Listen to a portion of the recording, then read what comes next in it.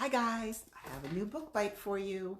It is Elements of Genius, Nikki Tesla and the Ferret-Proof Death Ray.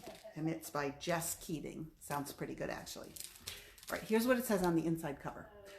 Let the official record show that I, Nikki Tesla, did not intend to destroy the world. There are only so many times a kid can invent an instrument of global destruction without getting grounded. So when Nikki's death ray accidentally blows up her bedroom, if you can call a pet ferret with an itchy trigger finger an accident, she's sent to the only place that can handle her. Genius Academy is a school for masterminds. Leonardo da Vinci, Charlotte Darwin, Bert Einstein, all extraordinary. Yet even among her fellow prodigies, Nikki feels like an outsider, thanks to a terrible secret she can't let anyone discover, ever. But when her death ray is stolen, Nikki must stop worrying about fitting in and learn to play nice with her new classmates, because it doesn't take a genius to track a thief around the world, outwit authorities, and keep a French fry fanatic ferret happy. It takes all of them. Ooh. All right, now this one, at the beginning, she has a note. So I'm going to read the note before the first page, but she also has this cool drawing of everybody, which is fun. There are some pictures through here, but there's not a ton of pictures. A note from Nikki Tesla. There's one thing you should know about being a genius. If it can land you in deep trouble. We're talking in over your head, poop hitting the fan. You better hide from the international police trouble, fugitive trouble, global meltdown trouble. You know what happens when you get in that kind of trouble? The government gets annoyed. They get their government-issued undies in a twist. They tell you that you must write a full account of said trouble for their records, or else. Because I'm not particularly interested in learning what or else means, I decided to listen, this time. Luckily for them, I keep extremely detailed notes that will help me relive the whole story for them, like they were there for every hiccup, explosion, and break-in. Every good scientist does. I can show you exactly how it happened. So I hope you're happy, government. Here's my story. I wrote the words. My friend Leo da Vinci is pretty good at drawing things, so he made the pictures. Let the official record show that I, Nikola Tesla, did not intend to destroy the world. All right, chapter 1. Okay, I can't really explain a lot right now because, as you can see, there's a death ray pointed at my eye.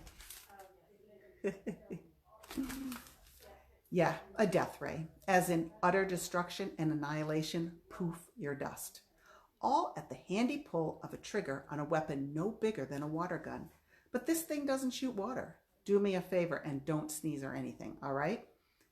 I do not need to be vaporized right now. In case you're wondering, the most important step when building a death ray is to keep your pet ferret away from it. I learned this the hard way.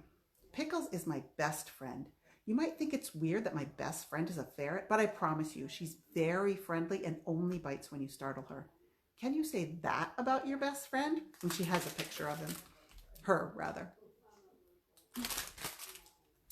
She's escaped her cage 27 times, so I'm pretty sure she's a genius. But she also eats her own poop sometimes, so maybe I'm completely wrong. Anyway, before I started working today, I checked that Pickles was in her cage and even filled it with French fries to make sure she would stay in there. But apparently the lure of accidentally vaporizing me was too great for her. She jimmied the lock on the door and shimmied out of that cage with a mouthful of fries before I could say, Eureka! Then that little so-and-so hopped on my desk and started batting my death ray with her furry little paws. The death ray slipped, and the next thing I knew, I was flat on my back with Pickles staring down at me, her brown paw resting on the trigger of the death ray like it was no big deal. That brings us to right now. Pickles?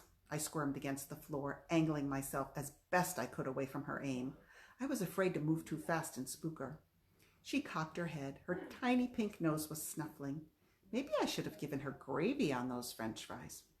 Would you mind moving away slowly from that gun, Sunshine? I asked her.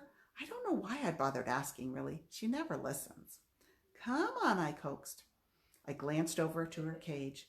I was sure the pile of French fries was still inside, waiting for her. Can't you smell those yummy fries? All greasy and salty. Try Glyceride City. How about you go eat and let me clean up this mess? I'll even get you some gravy for them. Pickles huffed. The trigger of the death ray clicked backward slightly as she adjusted her paw. Okay, I winced. Cheese too. I'll get you some cheese, I promise. Pickles narrowed her beady eyes at me, and I started to wonder if holding me hostage for her cheddar fix had been her plan in the first place. She's had it out for me ever since I threw the stinky toilet paper roll she used as a hat. Her ears perked at the sound of someone walking up the stairs. Oh no! Nikki, my mom yelled from the hallway. Don't come in, Mom, I yelled back, my voice cracking traitorously. Pickles and my mom didn't get along very well. The last thing I needed was for Pickles to get panicky, not with the barrel of the death ray still aimed at my eyeball. Plus, I sort of promised my mom that I wouldn't mess around with any new inventions anymore, especially dangerous ones. I was pretty sure a death ray wouldn't be seen as a safe gadget to her, no matter how much cool stuff it could do. My doorknob twisted. One surefire guarantee your mom comes into your room is to tell her to stay out. Don't come in! Mom burst in, already in full rant mode. Young lady, as long as you're living under this roof... Her mouth dropped open when she saw me on the floor. Above me, Pickles gnawed on the trigger of the ray gun. This was some bad luck right here. I really should have put a safety on that thing. Mom, I hissed. Don't move. But it was too late. So if you want to read this book, come on into the library. Sounds like a great book. And remember, starting in June, we will just have book bites on Wednesday at 4. So I will see you Wednesday at 4. Bye, guys.